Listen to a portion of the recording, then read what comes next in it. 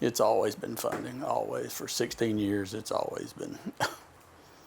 Where's the money going to come from? And the biggest sources of money now tend to be the government, the state and federal, because I think they're finally coming to terms is it's expensive. The prison system that we have in this country is very expensive. If we could slow that down some, right, it would be worth investing. You know, just like I said, for our budget, typically, if we keep 3 people out of the state, if the state gave us enough money that the impact of 3 people being in prison, we could run it. Just 3. But it's not here yet. The latest numbers from the Department of Correction that we've been given is $47,700 a year per inmate to incarcerate for each one. You know, if we pull 3 out of that, right, that's pretty much our operation budget with all that involved. Right, if we keep 3 from going back, that pays for what we do. If we keep 1 out of 10 and they stay with us and we work with them and get them stable, right, get their head on right, and they get a full-time work, our recidivism has been about 10%. It's about 50% without it. So we're way ahead of that. If they'll stay with us, it's been great. It's heartbreaking when you see it.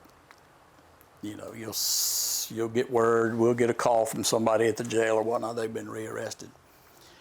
It's a terrible sinking feeling. And we've had some that the call of drug abuse has hit them again and they'll relapse. After 11 years, we've had one, right? And then we've had them die. We've had people, they die of an overdose. And we've actually had clients murdered by their own family members over drugs. Those hurt worse. The lure of the streets is always there. It's always there. You know, we move them from one world to another. They've learned to navigate their other world pretty well, right? And even if it's legit and all that, you know, sometimes when it gets hard, there are people and friends and they're good homeboys and girls out there to say, come on back, we'll make this work, you know. So the lure is always there. So as a community, what we have to do is find enough support to counter that. You know, the streets are very, very willing to take people back if we're not. People are struggling to make it through the month. If families are struggling to make it through the month, the only person that seems to have money and is being successful is the dope man. He's the one driving a nice car with the big rims, and he's got money to spend. So as a young person, you know, what path do we expect them to take? One, they're going to struggle their life, or one where they can have nice things. So if we're not offering a viable alternative, then younger and younger and younger are starting to make those decisions. They'll follow that path. Over the next 5 years, we're going to be pushing to offer resources from this facility next door, classrooms, to push for education, whatever that might look like, financial education, resources for our clients and their families and their children.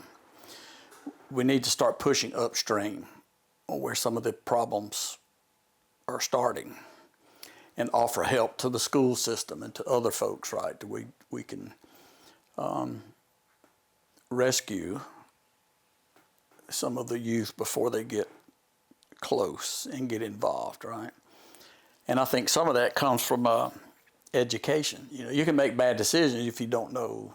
If you're not anticipating doing 18 years in prison for selling drugs, right, a kid might decide to do anything.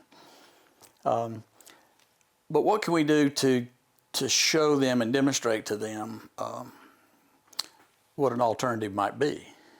This is what we call the education wing at the church. You know, we all operated out of here for so long. This is just one heating and air conditioning system here, so we did that. This building over here had no heating and air in it. Well, ancient heat, it didn't really work right, but no air conditioning.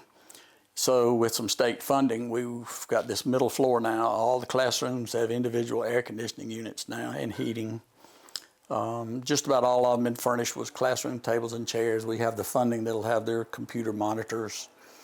We have a computer lab set up, and we will have furnishings in there for children so that female clients can have a place to come to class and have a safe place to leave their kids.